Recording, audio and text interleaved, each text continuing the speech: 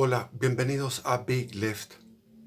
En el nombre del Padre, del Hijo y del Espíritu Santo. Amén.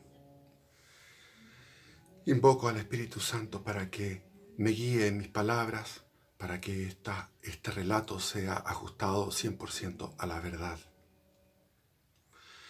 Inicio este relato recordando que había quedado ya con mi conversión plenamente consolidada, emocional y intelectual y espiritualmente consolidada, y había solicitado la posibilidad de hacer un retiro en el monasterio benedictino. El 2 de enero de 1975 ingresé al monasterio a hacer un retiro a la casa de huéspedes.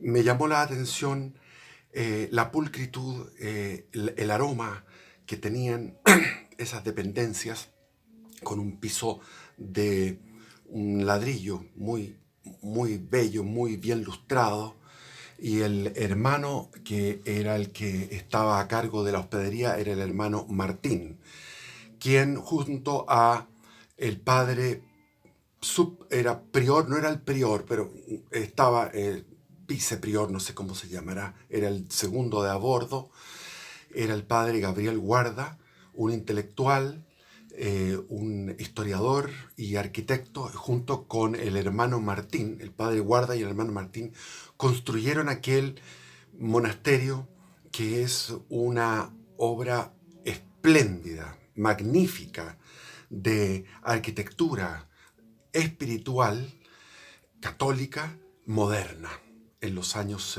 50, 60, en los 60 de haber sido, no sé exactamente. Entonces, el que no ha ido al monasterio benedictino, vaya, porque es interesantísimo. Los días domingo a las 6 de la tarde se realizan las vísperas, que es esa hora, y las vísperas del domingo, o vayan a misa a las 10:30, creo que todavía estará el mismo horario. Estos son eternos, son eternos. Guardan ellos una liturgia muy dedicada, muy solemne, muy devota, con inciensos. Realmente vale la pena ir a verlo. Ahora, yo llevé a algunos parientes porque estaba entusiasmado para que fueran a ver esto, y algunos salieron arrancando porque les dio miedo. Los ven con sus hábitos negros cantando en gregoriano. El que no está acostumbrado le puede venir un pánico. Si es una persona muy mundana. Entonces, lo primero que hice, que quería leer, le dije al hermano Martín: ¿qué quieres leer?, me dijo hermano Martín. Yo le dije la Suma Teológica. Y se puso a reír, me dijo: ¿cómo te voy a traer la Suma Teológica si es como la enciclopedia Espasa? No sé cuántos tomos son la Suma Teológica. Un montón de tomos. Serán 20, de papel Biblia, con letra chica, y uno abre cualquier página de cualquiera de estos tomos y te tienes que dedicar por lo menos en una página, un cuarto de hora mínimo, un cuarto de hora, para poder entender la profundidad del raciocinio de Santo Tomás de Aquino. Y él escribió esta Suma Teológica, la Suma contra los Gentiles. Se me olvida, pueden googlearlo para que vean todo lo que escribió, aparte que era un gran predicador, un apóstol. Y Santo Tomás de Aquino, en un momento tuvo una visión, se le apareció Jesús resucitado, y después de la visión no escribió más y dijo: todo lo que he escrito es paja molida. Todo eso que es la catedral del catolicismo, la catedral del pensamiento aristotélico aplicado a la fe, o la fe aplicada, ¿no?, como quieran llamarlo. Eso, dijo, esto es paja molida. Bueno, yo le decía la Suma Teológica al hermano Martín porque yo había estado leyendo fragmentos de la Suma Teológica en la colección Hombres de Espíritu. La colección Hombres de Espíritu son textos. Era una magnífica colección donde uno podía leer, por ejemplo, la vida de George Fox, que es el fundador de los cuáqueros, un protestante fervoroso, maravilloso, de la Inglaterra, fundador de los cuáqueros. Podía ver Sócrates, Confucio, Lao Tse, Buda, Patanjali, Mahoma, bueno, Santo Tomás de Aquino, San Agustín, ¿qué más había? San Ignacio de Loyola y los ejercicios espirituales. ¿Qué más había en esa colección? Era una colección maravillosa que tenía mi padre en su biblioteca y yo los leía ávidamente, porque eran todos extraordinarios, hombres de espíritu. Ahora no los vas a encontrar en ningún lado. Eran ediciones fantásticas. Entonces por eso yo le pedí, tráeme la Suma Teológica. Se rió con su risa tan afable, tan fraterno. Entonces estaba yo fascinado con el estilo, con los dones del espíritu que tenían todos ellos. Entonces, voy a hacer paréntesis inmediatamente, paréntesis negativo. Esto es, vámonos por lo bello y les digo el paréntesis negativo. Yo tengo un amigo hasta el día de hoy, no, realmente no es hasta el día de hoy, nos peleamos ahora para el problema. Yo perdí muchos amigos con el 18 de octubre. Entonces, este es de una familia de pobladores de que estaban a orillas del río Mapocho. Construcciones miserables de aquellos tiempos a orillas del río Mapocho, y él caminaba por el camino de Asís, donde está el Cantagallo. Del Cantagallo hacia adentro había un camino por el cerro llegando al monasterio, y se hizo asiduo del monasterio, aprendió latín, es un hombre cultísimo en todo lo que es le voy a cambiar el nombre, le voy a decir que se llama Juan, pero no se llama Juan, porque estoy protegiendo a los inocentes. Entonces él llegó al monasterio y quiso ser monje desde niño, y es un hombre cultísimo en temas de espiritualidad, de exégesis bíblica, de historia de la iglesia, y fue un hombre que yo diría que es el que yo conozco, de todos los que conozco en mi vida, el más relacionado con la iglesia.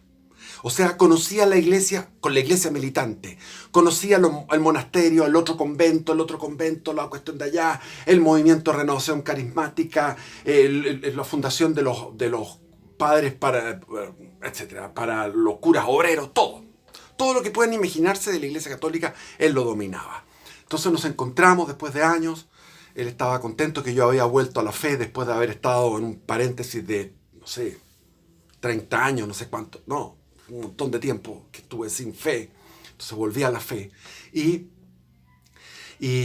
nos fuimos a conversar, fuimos a un retiro a las hermanitas que están en Casablanca. Recomendado total las hermanitas que están en Casablanca. Cuando ustedes van hacia Viña o hacia Valparaíso, llegan a Casablanca, si van de Santiago, tienen que ir de Santiago a Casablanca, si no, los que vienen de Viña tienen que dar la vuelta. Entonces, ya pasas Casablanca, y justo cuando ya pasaste Casablanca, un camino dice Loovalle. Llegas a Loovalle y vas hacia el interior y vas a ver un Cristo, y en el Cristo doblas a mano izquierda y vas a llegar donde esas que son las más contemplativas. Se me olvida el nombre, por la cresta, que me da rabia mi memoria. Se me olvida el nombre, Bueno, fuimos ahí. Y nuestra conversación fue muy clara después de tantos años. Él me dijo, tuve con este sacerdote y este otro sacerdote problemas de acoso homosexual. Yo también le conté mi experiencia, que había tenido también esto. Me contó del otro. O sea, llegamos a constatar una tristísima realidad, que era la infiltración homosexual, pedófila, marxista y masónica de la Iglesia Católica. Esa fue nuestra conversación. Y el encubrimiento que se hizo en el mismo monasterio benedictino sobre un personaje que fue encubierto. O sea, fue protegido por la máxima autoridad, que no era el padre guarda, en este caso era otra persona. Bueno, entonces está esto de dulce y agraz, pero el agraz fue apareciendo, lo agrio fue apareciendo después de décadas, tanto así que con este amigo pudimos conversar, y fue un gran amigo, y lo voy a citar ahora a Juan, que no se llama Juan, para protegerlo. Entonces, empecé a leer la Suma Teológica y la teología. No, tengo que ser verídico. La Suma Teológica no la leí ahí. La fui a ver a la biblioteca. Me fascinó la biblioteca benedictina. Y me dediqué a leer la Teología de la Perfección Cristiana de Arroyo Marín. Está en PDF. Ahora lo volví a leer y no me pareció tan fascinante como lo que yo leí en aquel momento. El espíritu mío estaba muy enaltecido, muy vibrante. Entonces me dediqué a leer eso, la teología de la perfección cristiana, que me recomendó el hermano Martín. Y llegó al día siguiente, yo estaba solo en estas dependencias, llegó una cantidad de jóvenes del Colegio San Ignacio de Alonso Valle a hacer un retiro dirigidos por el padre jesuita Montero. Y ahí conocí al que es tío de Sebastián, de mi hijo, que es en el fondo, él es hermano de mi esposa por la ley, por la religión, por la iglesia, me casé con ella y entonces era una familia que yo quedé impresionado. Primero, este Francisco Javier es una especie de superdotado, no alcanza a ser genio, pero es un superdotado. Y era una familia es una familia de superdotados, así, unos gallos tremendamente inteligentes. Entonces quedé deslumbrado con esta inteligencia de Francisco Javier, tío de Sebastián. Sebastián tiene sangre de ellos y heredó esa inteligencia tremenda, una agilidad mental tremenda que tiene mi hijo. Yo lo miro para arriba. Yo a mi hijo, a Sebastián, lo miro para arriba, desde el punto de vista intelectual. Y no sé, de otros puntos, no vamos a estar analizando esas cosas. Entonces, me deslumbró este hombre, empezamos a conversar ahí, fantástico, y después llegó uno que era una persona muy vinculada a los jesuitas, y me empezó a hablar, que fue a hacer retiro, me empezó a hablar de los jesuitas. Yo todo esto me ofrecí para hacer labores durante la mañana, labores manuales, y me fui a pesar huevos. Tenían una cantidad de gallineros que producían un montón de huevos, y los huevos los pesábamos, pasaban por una máquina, la máquina iba seleccionando los huevos y yo los iba empacando, y ese era mi trabajo. También ayudé a otros hermanos. Estaba el hermano Edwards, que ahora es un sacerdote, que sacábamos frutos de los árboles frutales. Y bueno, asistí a todos los oficios, teniendo 15 años, iba a vigilias, que era a las 4 de la mañana, laudes, que era a las 5:30, después venía tercia, después venía la misa a las 7 y algo, después de la misa solemne todos los días, venía el desayuno, después venía el trabajo comunitario, donde yo iba a trabajar, después venía lo que es sexta. Antes del almuerzo, venía el almuerzo, con unas ganas de almorzar, desesperado por comer. Después venía el descanso hasta nona, entre tercia y nona, que es el tiempo en que estuvo Jesús crucificado, desde las 12 a las 3 de la tarde, 3 horas de crucifixión de nuestro Señor. Llega a la hora nona, a las 3 de la tarde, lo más difícil, otra vez cantando salmos. Se cantan 150 salmos a la semana. Los 150 salmos se van cantando en canto gregoriano. Aprendí algunos cantos que se me quedaron hasta el día de hoy. Algún día los voy a hacer en mi canal, voy a cantar los cantos gregorianos, porque sería lindo. Al que le interese lo va a ver, lo va a poner canto gregoriano, el que quiere escucharme. No es para lucirme si canto bien o mal, sino que por devoción. Y después venía en la tarde lo que es... ay, se me olvidan. Mi cerebro está muy mal con la memoria, muy mal. Es que también son tantos datos, tantas cosas. Esto es lo que les dije yo cuando vayan a las 6 de la tarde. Y después viene la cena. A las 6 de la tarde hay otro oficio, viene la cena, y después de la cena viene completas, ya oscuro, completas, con las campanas sonando, se despide. Madre del Redentor, Virgen Santa, a ti, Señor del Universo, en esta noche suplicamos que venga tu bondad de Padre a bendecir nuestro descanso. Entonces yo estaba en esta circunstancia muy disciplinado, con un espíritu ascético y místico, teniendo oraciones exquisitas, deliciosas, consolaciones del Señor frente al Santísimo en esa capilla divina, exquisita, donde sonaba el viento. Y me hice adicto a esa capilla benedictina. Y por mientras en las conversaciones me informaba del mundo de los jesuitas de forma muy luminosa. Se me hablaba del mundo de los jesuitas, lo cual era verdad. No puedo decir que los jesuitas estaban en un pecado mortal. ¿Por qué? Porque hay que entender que la Iglesia hasta la 1960 mantenía una conexión con... Hasta el Concilio Vaticano II, la Iglesia Católica mantenía una conexión con el Espíritu Santo y con la verdad, con la sana doctrina. Y esto se fue perdiendo, como muchas cosas que se fueron perdiendo. Entonces,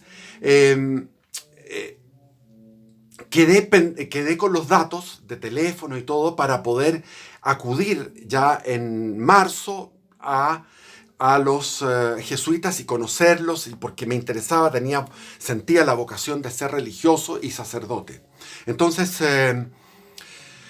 llegaron mis padres. Mis padres estaban preocupados, los dos, y mi madre había sido amiga de Gabriel Guarda en su juventud, porque Gabriel Guarda era de Valdivia, mi madre es Bergman de Valdivia, y conocía a Gabriel Guarda desde niño. Entonces hablaron con el padre Guarda, y el padre Guarda le dijo, bueno, mejor que se lo lleven, porque estaban preocupados de mi estado. O sea, mi padre me sacaron de ahí a la fuerza, o sea, a la fuerza, porque yo no quería, tuve que obedecerlo.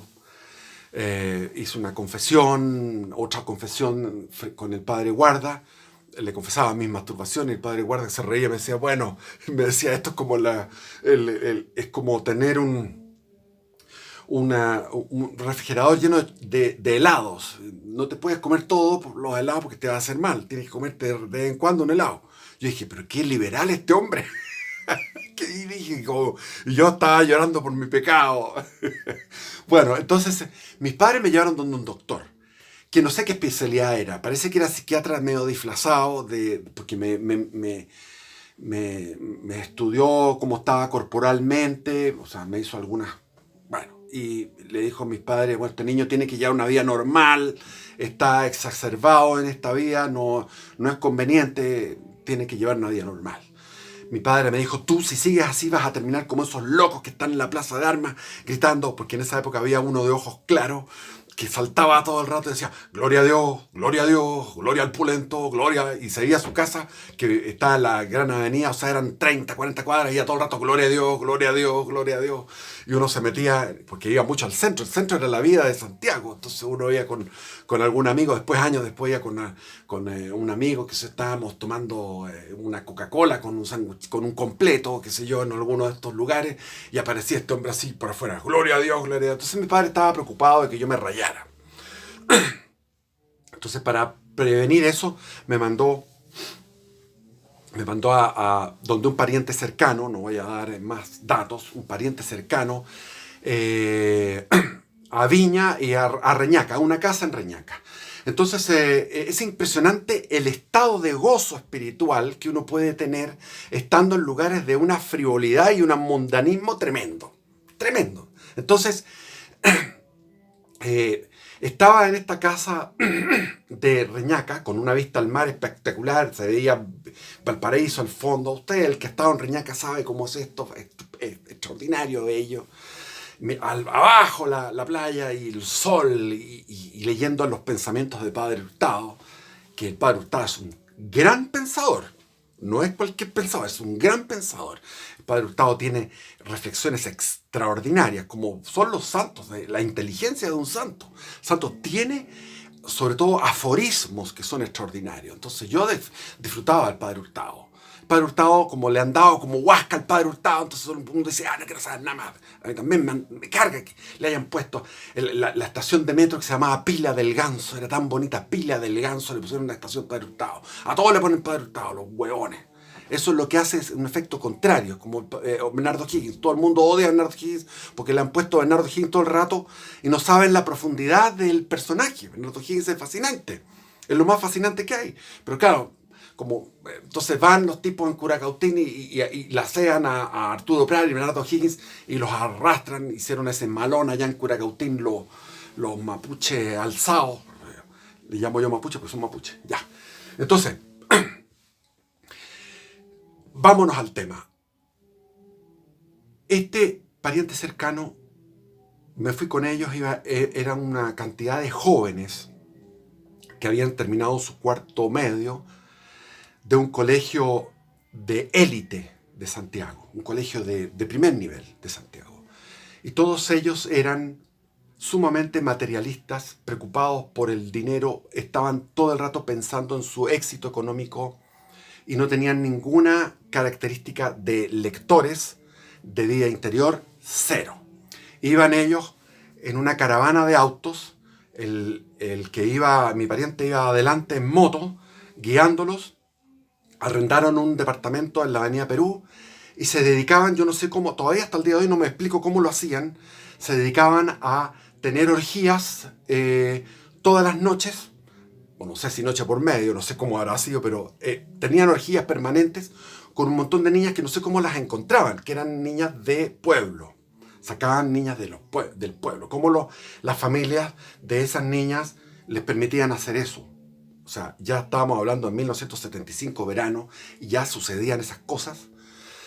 Ahora, en esa época existía un sistema muy machista, muy clasista, en el sentido de que las niñas de colegios elegantes de Santiago, las niñas de Barrio Alto, no se entregaban.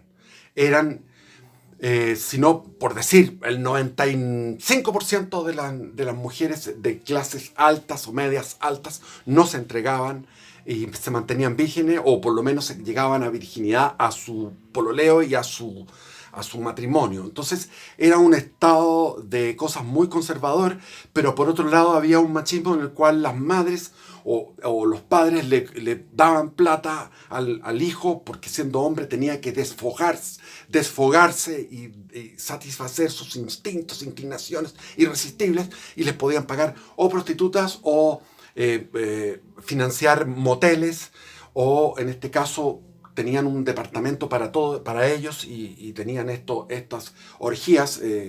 Entonces yo iba a la misa de 8, que está en la iglesia, que es una iglesia gótica en 5 Norte con Avenida Libertad. Y en esa iglesia llegué en febrero allá, y llegué a la misa de ¿cómo se llama esto? Miércoles de ceniza. Entonces fue mi primer miércoles de ceniza. Empecé la cuaresma con un gozo espiritual, con una felicidad tan grande, estaba tan feliz. Y había prestado mi saco de dormir, lo fui a buscar a esa hora después de la misa. Llegué como a las 10 de la mañana, más o menos, 10, 11 de la mañana. Llego a este departamento, toco el timbre en la Avenida Perú, mirando el mar, todo muy bonito.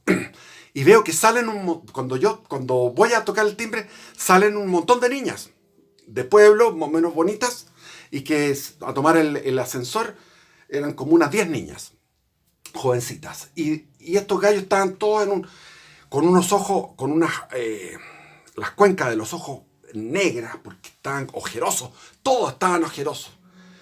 Había un olor, y me pasaron el saco de dormir, tuve que lavarlo.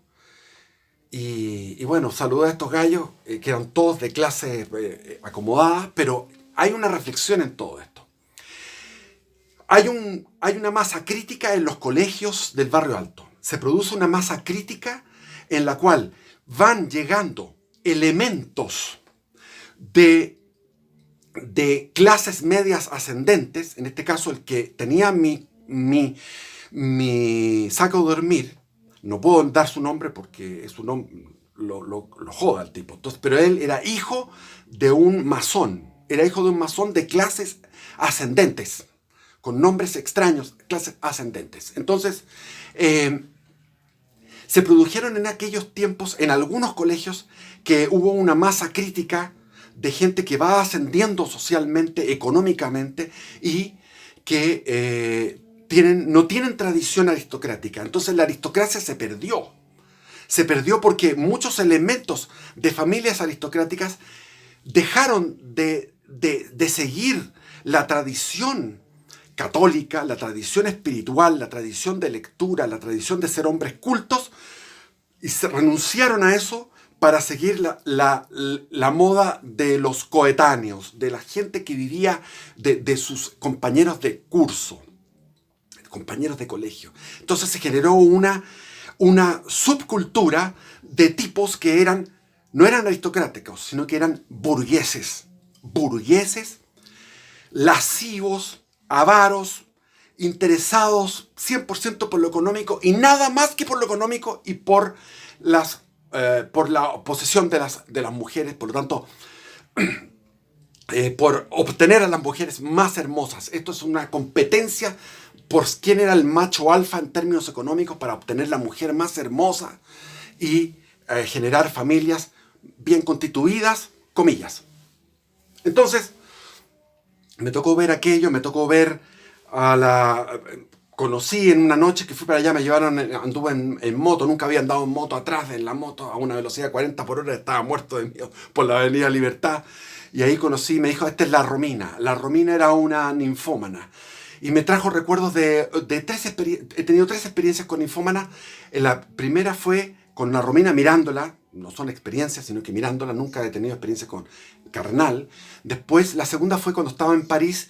Yo iba en la noche en un vagón que iban como dos personas más en el vagón y de repente entró una mujer francesa hermosa y se fue a sentar al lado mío. Al sentarse al lado mío se me produjo inmediatamente una erección. Inmediatamente, porque fue algo que me turbó, me produjo, me gatilló el instinto inmediatamente. Y ella al ver la erección puso mi mano sobre mi órgano que estaba erecto y lo apretó y dijo, c'est mien, es mío, c'est mien, es mío. Me vino quedé poseído por el deseo y en un momento terminado le dije, en francés, le dije, vamos a bajarnos porque yo me bajaba en ese metro y tenía mi pieza en París, estaba decidido. Y en un momento terminado, cuando salimos del metro, íbamos caminando, yo dije, voy a caminar rápido, porque esto no me conviene por ningún motivo. Y empecé a caminar rápido. Y cuando miro para atrás, porque vino un momento que dije, no, voy a volver, porque estaba en esa lucha. Veo y había otro tipo ya. Había otro tipo. Y después en Arica había a una ninfómana que era una gitana, que estaba en el puerto y los pescadores se la agarraban todos, o sea, los tripulantes. Y en un momento vi una cosa espantosa, o sea, la cara de ella, los ojos, la mirada, una cosa, un éxtasis, o sea, son personas que están extraviadas buscando un absoluto.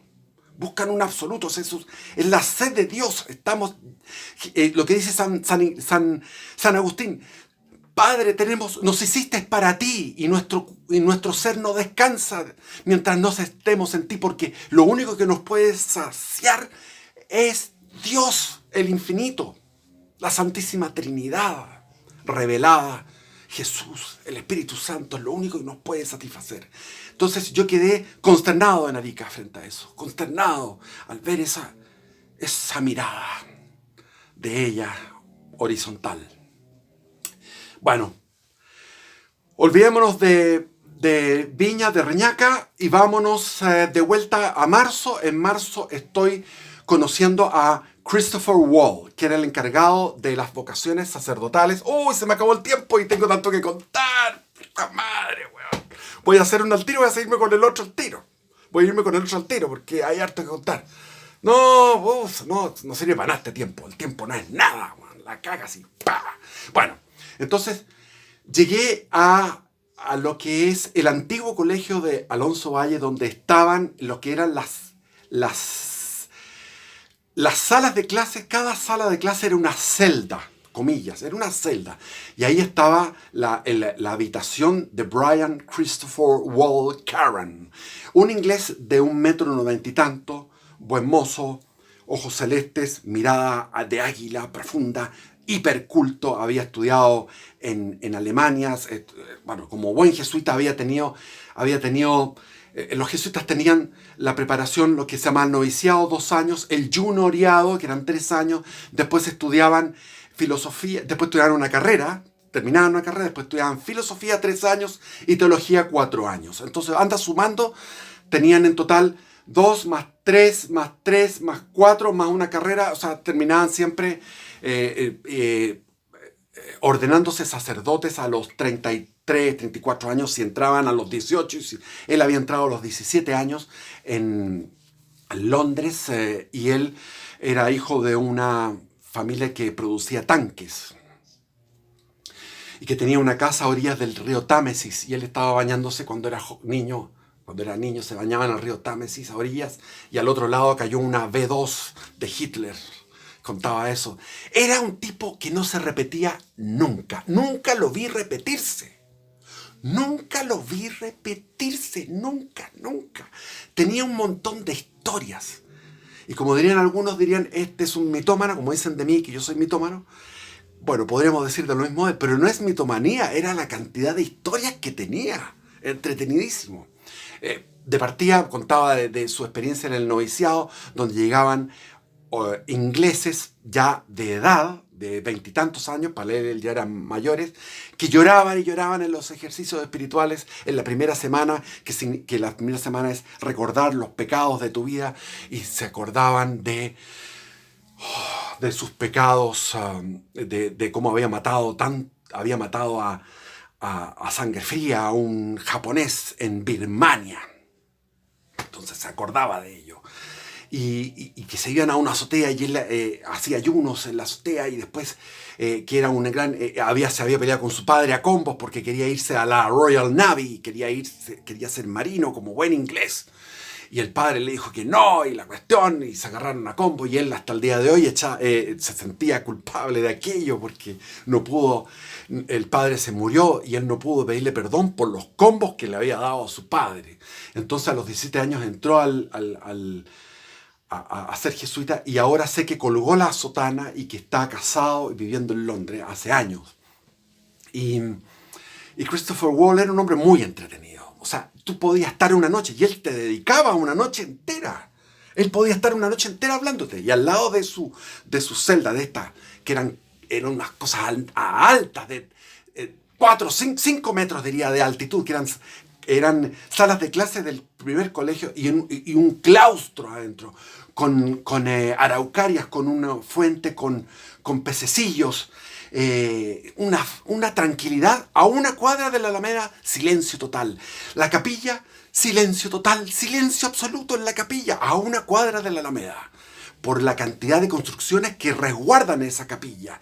¿Cuántas horas pasé orando en aquella capilla maravillosa? Cuando iba, de repente me recuerdo una vez, un 19 de septiembre, me metí en la capilla y empecé a escuchar a lo lejos, se escuchaba a lo lejos todo lo que era el desfile militar, y pasé todo el desfile militar en oración.